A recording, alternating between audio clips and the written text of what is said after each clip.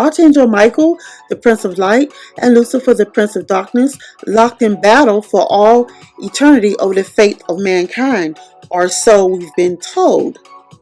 But let me tell you another story, another version of the story. God and the angels were together in oneness. Everything was still united as one. Creation existed, but individual experience of creation wasn't yet possible. It's like having a cake, but not getting to eat it. What fun is that? Creation wanted to experience itself being creation. And so the divine plan was formed.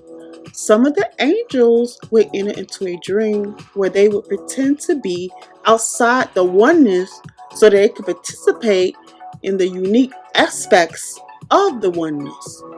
The one you know as Lucifer was first to volunteer to, quote, leave, unquote, heaven, while Archangel Michael was the head of the angels who stayed. No conflict here, rather everyone working together towards the same goal. Here's the story of a prodigal son, not of a war between good and evil. Lucifer, literally the light bearer, was a son who left his house, heaven, to share his inheritance with all of creation. Michael, literally he who is like God, was his son who stayed at home.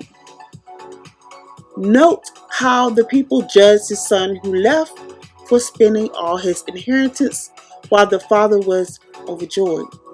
Lucifer was meant to have good time in creation, not to be stingy with the blessings he was given.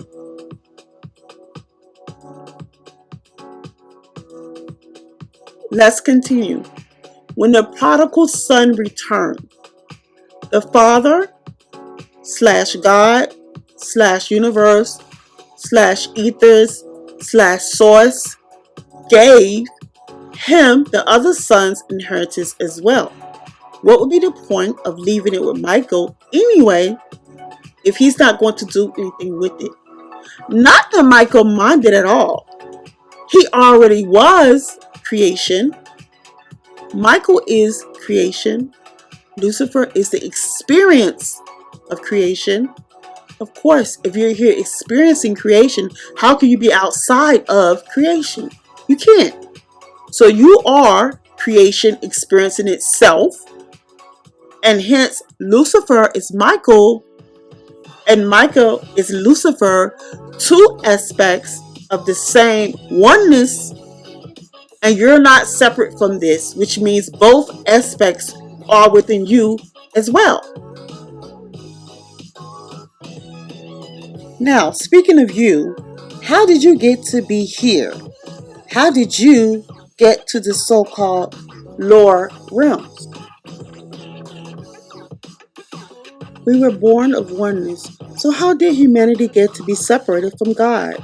Simple. Every soul in this realm is one who chose to join Lucifer, a fallen angel. There's a little bit of truth to the story, but you aren't a wrong, bad, or evil being, rather a very brave and adventurous one. Not one who rebelled against God, but one who disconnected from God within themselves for the wondrous experience of reunion. And it wasn't Lucifer that caused people to be so married within their illusions. When Lucifer left heaven, there was still the understanding that one was still always one with heaven. They were simply dreaming. This is the Garden of Eden of legend.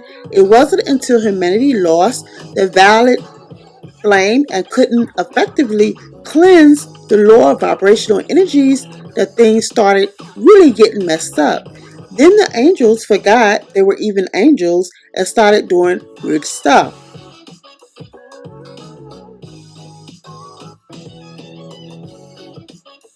Violet flame. Ever wish there was a way you could wipe out your past mistakes?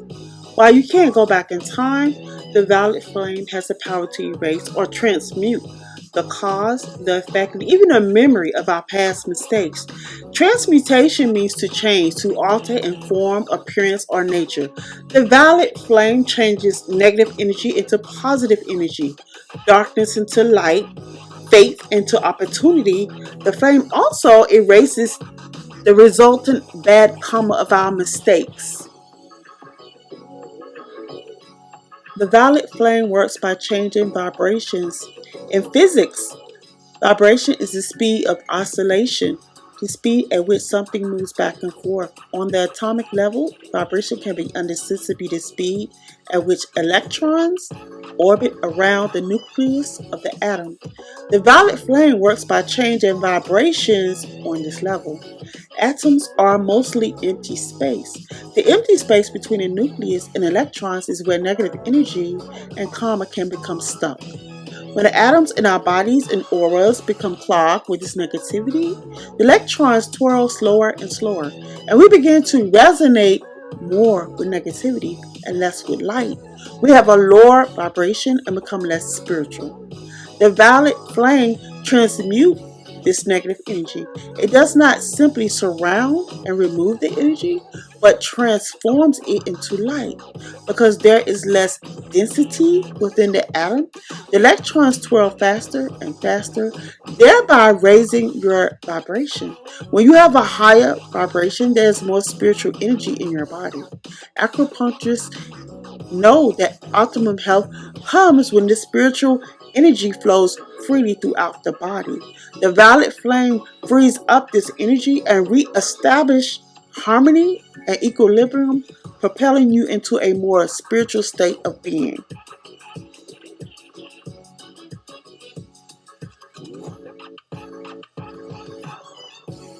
Now, what I'm saying is probably going to bother a lot of people, if not a whole bunch of people. I'm telling you that they're part of what they've been told is the most evil of evils. These beliefs are so widespread that pretty much everyone has been conditioned by them. Hell, Lucifer and the fallen angels, they've got many other names in different cultures. People sure don't want to hear they're the fallen angels. What would that make the world they live within? The world most people are in is hell, though the planet they live upon is a Garden of Eden, a living starship. They superimpose their illusions upon the truth and miss the reality altogether. Yet they still are the prodigal sons and daughters, and the door home is always open. This is Lucifer, the light bearer's message. The illusionary conflict between Michael and Lucifer has been projected out into people's everyday lives. There isn't and never was a war that divided heaven against itself. It's a metaphor for people's own internal conflict.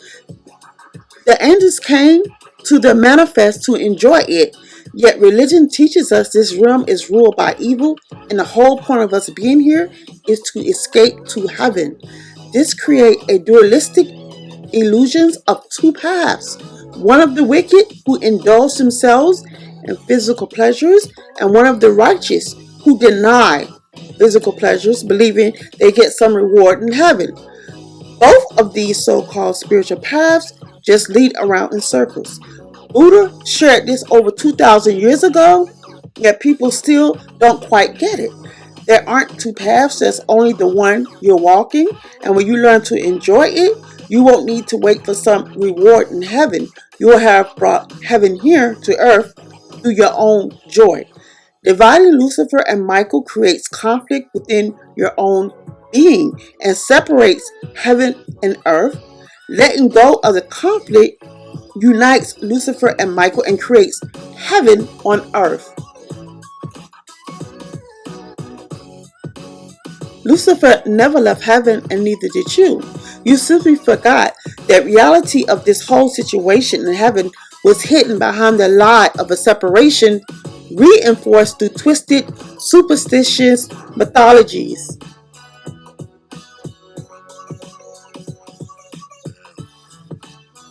I just want to make this clear once again. I study different faiths, beliefs, and spirituality, and I share with you what I have researched and studied. I'm not here to influence your decisions or tell you what you should believe or to tell you if you should believe in religion or spirituality. I am here to give you the information. It is totally up to you. Use discernment. I respect and honor all religions, faiths, and spirituality as long as it incorporates tolerance, unity, and love.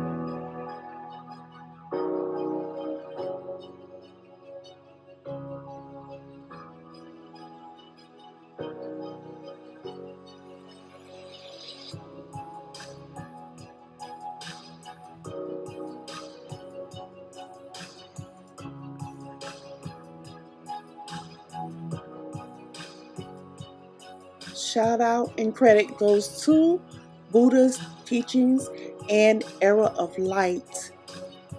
Echo kindness.